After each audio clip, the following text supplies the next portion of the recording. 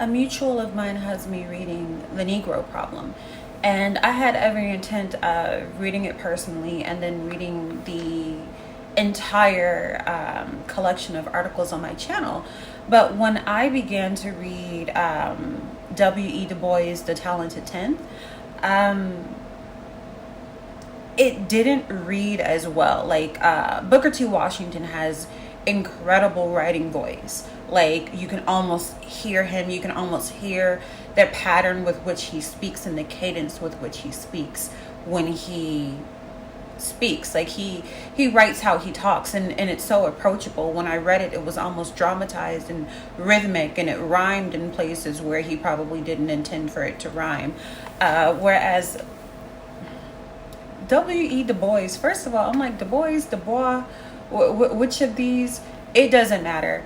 But his writing was more convoluted, and it wasn't really suited to like an audio read, like something that you would just sit down and listen to someone read. You know, it's interrupted with percentages, with numbers, with, graphs, and it just...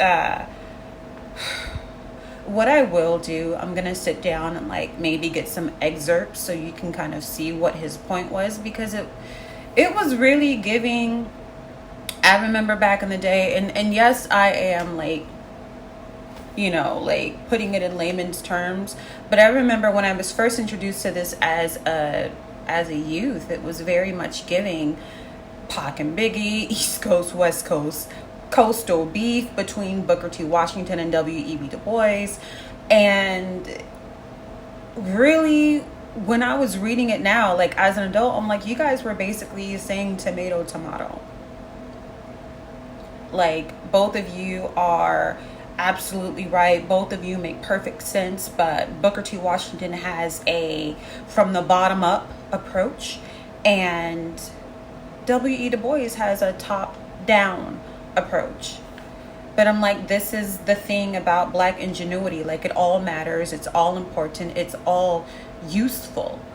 But if I could be honest without doing too much on the ancestors, it's almost like W.E.B. Du Bois had like a personal issue with Booker T. Washington. Like, you know how you look at things today, like, if there's a Dr. Umar versus a Tariq Nasheed, it gives a little bit of that, albeit in a very studious, academic,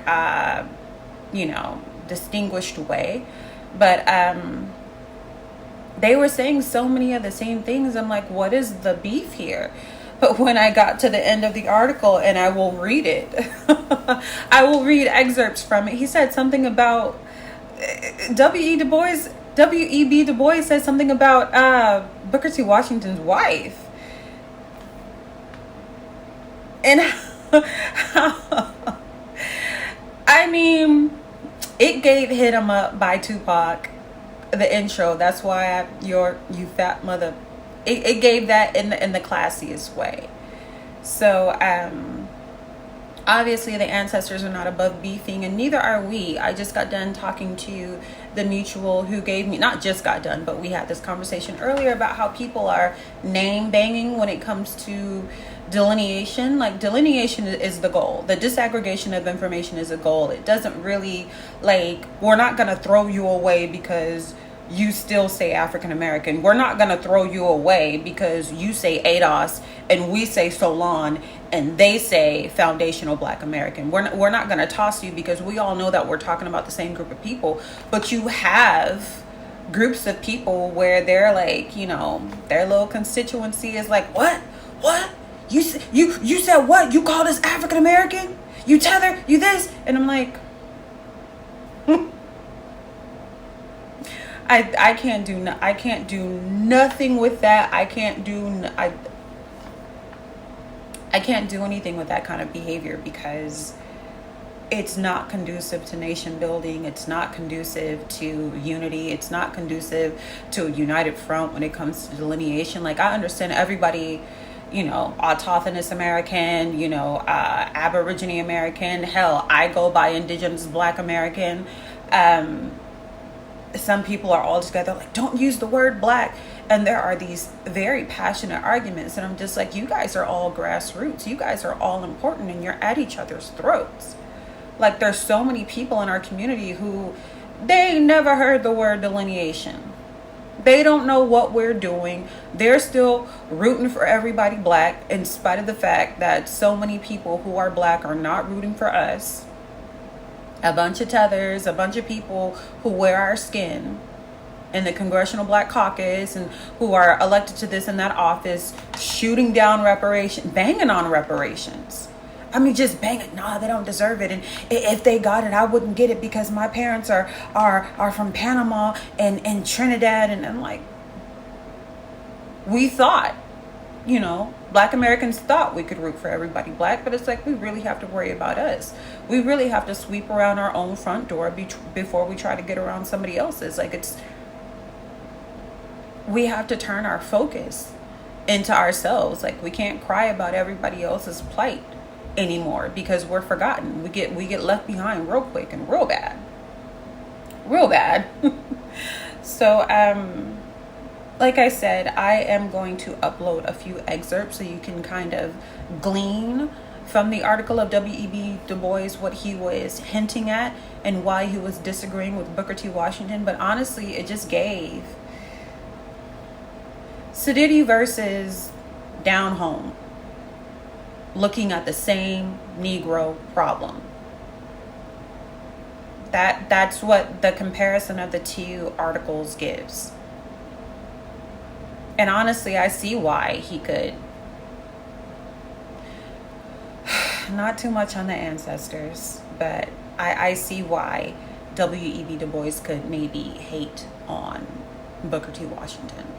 I mean, even if you just look at images of the two men and how their physical appearance and how they show up in their photographs, you can see, the down home boy who is, educated, whatever, but, he's still in touch with the streets. He's still in touch with his community, as opposed to, somebody who's like, oh, talented 10th. And not too much, because I agree with the concept of the talented 10th. I agree with it real bad. And I'm so sorry. Like, people say, oh, that is so elitist. And that does nothing for the unity of the people. And I'm just like, W.E.B. is not lying to you when he says it's always the finest of a group of people who elevates that group of people. It's always their cream of the crop. The cream always rises to the top. Everybody can't do it. I mean, I just talked about how people are on panels banging on each other for using different names for the same group of people. And I'm like, that's your people. You got all these tethers, all these people coming in here trying to divvy up what's yours, and you're yelling at each other because you don't want to say the same word. She says FBA, she says ADOS, and now we're fighting. We're talking about the same group of people. We're still talking about the people who built America. Out of 13 colonies, hell, before there were 13 colonies, Plymouth Rock landed on us. We're still talking about the same group of people, and we want the same thing. We're still talking delineation and reparation. So what is the fight? What is the fight about?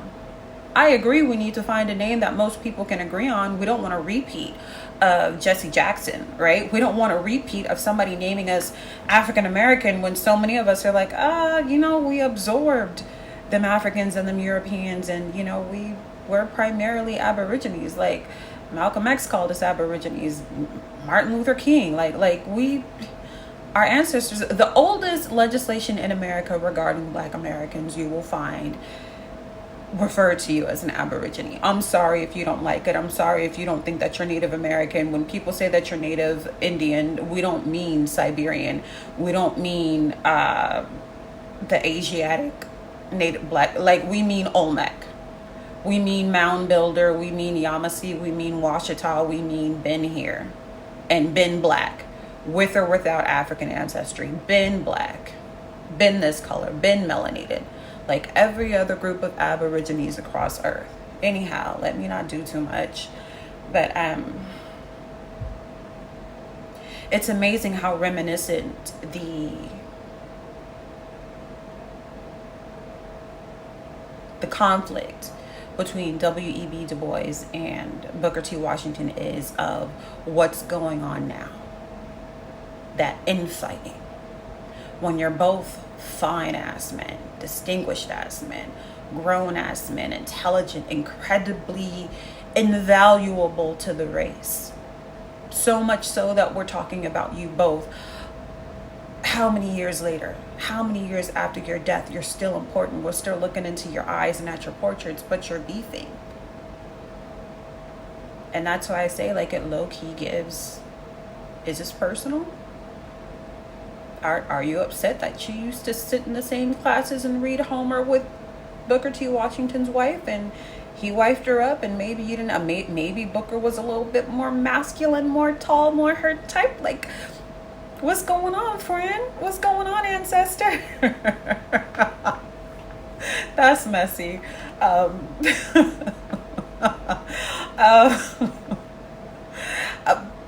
When I read it to you, you'll see.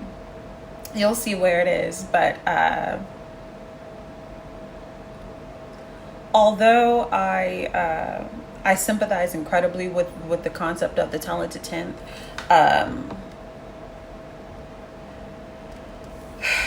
I'm with Booker.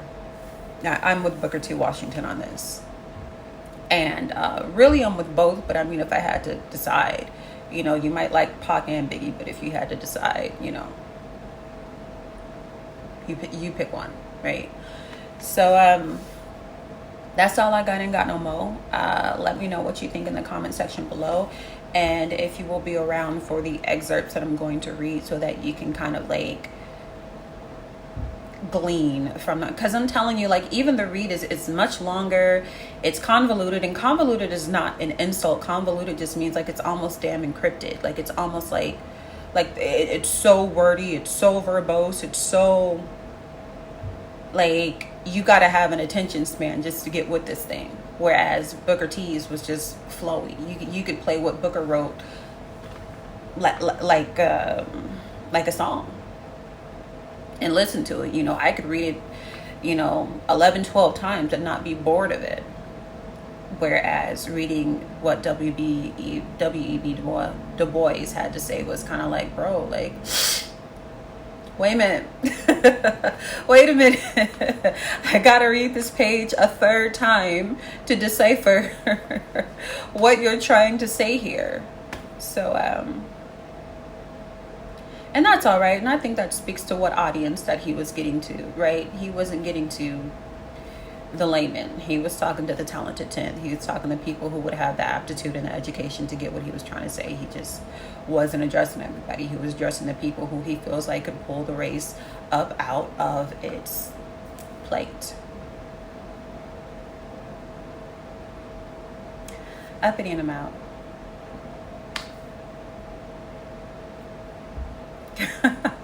Not my uppity and I'm out.